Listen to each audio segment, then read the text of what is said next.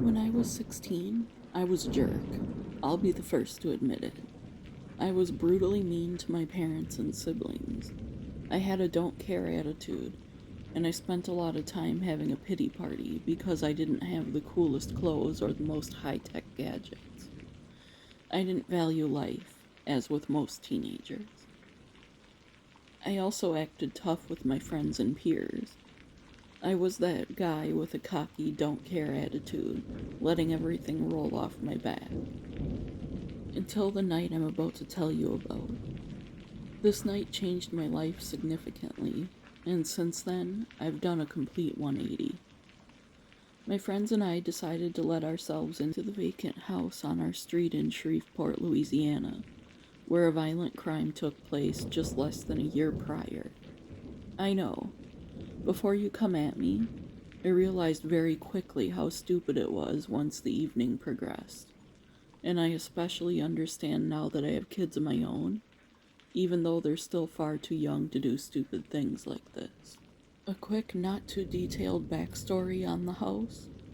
About 10 months before this, a husband in a house about 2 blocks down my street ended the lives of his wife and 1-year-old son, very violently, with no apparent motive.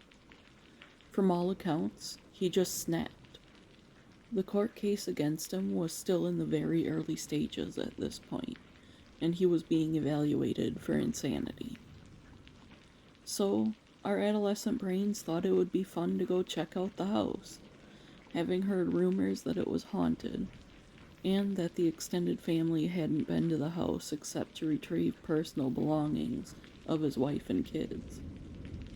The house was still his. He didn't have to sell it yet to pay lawyer fees, so it was just sitting there unused. Someone from his family was obviously keeping the electricity on for him, because one of the rumors was that you could drive or walk by at various times of the night, and the lights would turn off or on. We chose to go on a weekend night because it was easier to plan things. We could tell our parents we were having a gaming tournament at someone's house, and our parents were all generally pretty laid back at the time and allowed us to game together until midnight or 1 a.m. on weekends. There were 3 of us, and we cautiously walked up to the back of the house, knowing the back door was broken. The reason we decided to check the place out is because we heard a group of our peers at school saying the doorknob on the back door was broken and didn't latch all the way. We were young and stupid and didn't know this act was illegal and could land someone in prison. And also, we could have been harmed had there been squatters living in the house who got defensive. But as we made our way in, we did carefully inspect each room to make sure no one else was on the property. Whoa, there's still some of that yellow tape the cops put up when something big happens, Robbie said. Where do you think she was laying? Right there? I asked, pointing just beyond the tape, grateful the family had obviously had someone come in and clean. Right as I finished my sentence, there was a thud somewhere down the hallway on the main level. Did you guys hear that too? I asked. Yeah, it sounded like something falling off of a shelf, or something being slammed shut, said Jared.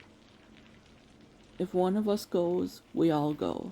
That's the only rule for tonight, said Robbie, heading towards the hallway. The first bedroom seemed normal. It was apparently previously a guest bedroom, so it didn't have a lot in it. Just a bed, dresser, and small TV. Nothing was out of place. We were shining flashlights in the dark, keeping them as far away from the windows as possible, not wanting to raise suspicion using the electricity. The bathroom seemed completely normal too. It didn't appear that anything had fallen or recently been opened. But when Robbie stepped into the master bedroom, he let out a gasp, not even realizing he did. What is it? I said, pushing past him, shining my flashlight in the direction of his to put more light on the area. There was a dresser drawer that had been launched about 5 feet in front of the dresser. It landed upside down, and there were clothes scattered around it. They were clearly men's t-shirts, and all of the victim's belongings had been collected by her family, so they were definitely his clothes. I don't know, maybe it was like that already, Robbie said, still staring at the clothing strewn about. I doubt it. The rest of the house has clearly been cleaned up, said Jared. As we were making our way back to the living room, I realized it was awfully bright in the hallway, as if... Who was dumb enough to turn on the living room light before we headed back to the bedroom? I asked, exasperated by their carelessness.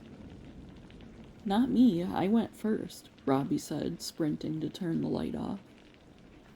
We both looked at Jared, who responded, Hey, it wasn't me either. I was basically side by side with you, he said, pointing at me. He's right. He even accidentally stepped on the back of my left foot in the hallway, I said. That's when we realized we weren't dealing with human stupidity. The rumors were true. This place was haunted.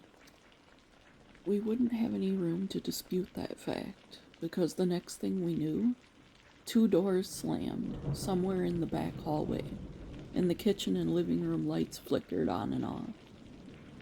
We didn't waste any time. None of us hesitated. We all ran out the door so fast and didn't stop running until about 2 blocks down the road. That house now belongs to a different family, and they sometimes post updates to the realtor's page about what they believe to be the spirit of the wife and her antics. The husband is in some kind of mental hospital for prisoners, and that's all anyone knows about him. It sounds to me like the wife was trying to scare you guys out of there, being a mom and wanting to make sure you went home. Thank you for sharing your story with us. My mom's side of the family is from Louisiana. The whole legal process in Louisiana is completely different than anywhere else. If you have a paranormal story to share, email it to the address in the description below. Please give the video a like and subscribe if you haven't. And with that, see you tomorrow, friends.